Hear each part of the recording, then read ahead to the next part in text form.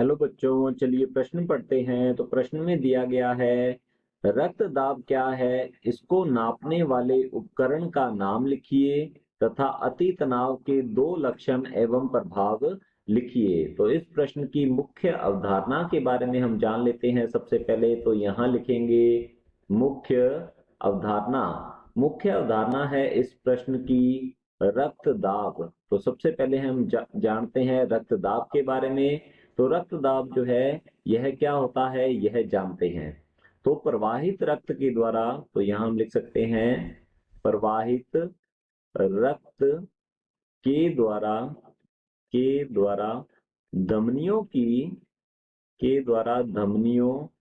की दीवार या भित्ति धमनियों की दीवार या भित्ति पर लगने वाला जो होता है, भित्ति पर लगने वाला दाब रक्त दाब कहलाता है।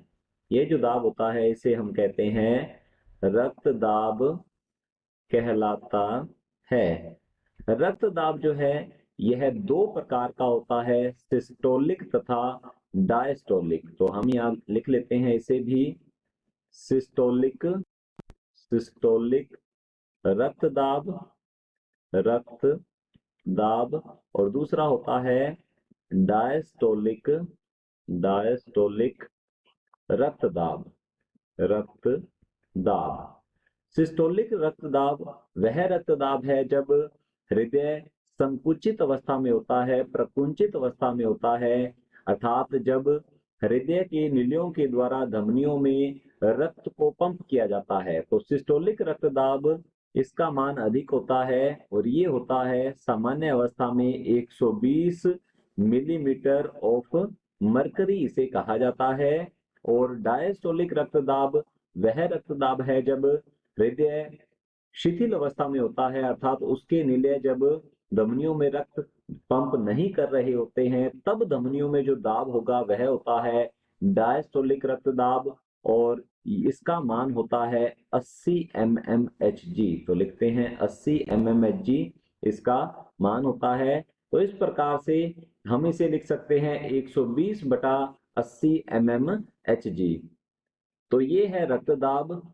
इसको नापने वाले उपकरण का नाम, यदि हम बात करें रक्तदाब को मापने वाले उपकरण का नाम, तो ये उपकरण है स्फाइग्मोमैनोमीटर। तो लिखेंगे इसका नाम, ये है स्फाइग्मोमैनोमीटर। स्फाइग्मोमैनोमीटर जो है इसके द्वारा हम किसी भी व्यक्ति के रक्तदाब को की जांच कर सकते हैं, इसको माप सकते हैं, नाप सकते हैं। और पूछा गया है अति तनाव के दो लक्षण एवं प्रभाव लिखिए। तो सबसे पहले हम जान लेते हैं अति तनाव के बारे में। तो यहाँ लिखेंगे अति तनाव या फिर इसे उच्च रक्तदाब के नाम से भी जाना जाता है। तो लिखते हैं उच्च रक्तदाब।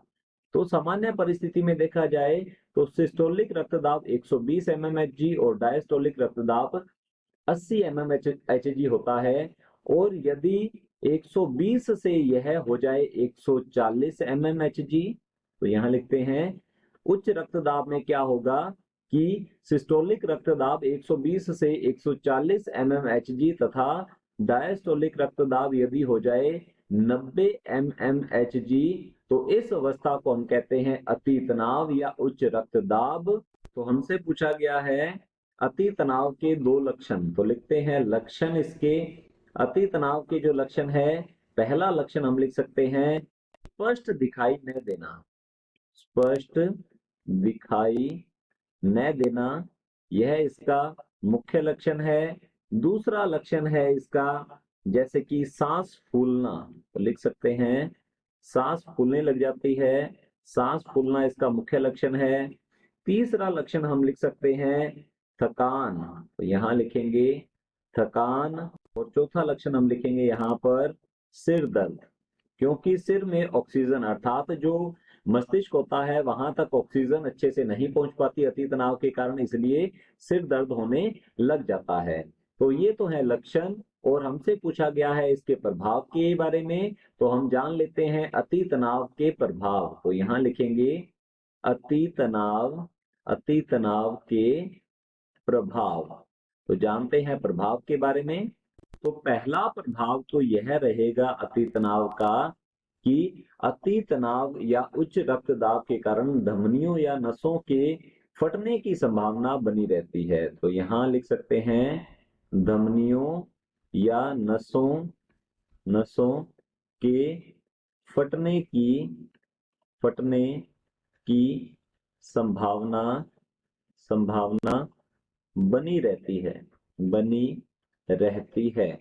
यदि कोई व्यक्ति लगातार अति तनाव या उच्च रक्तदाब है उसके अंदर, तो उसकी धमनियां या नसें जो है ये नष्ट हो जाएंगी, इनके फटने की संभावना बनी रहती है।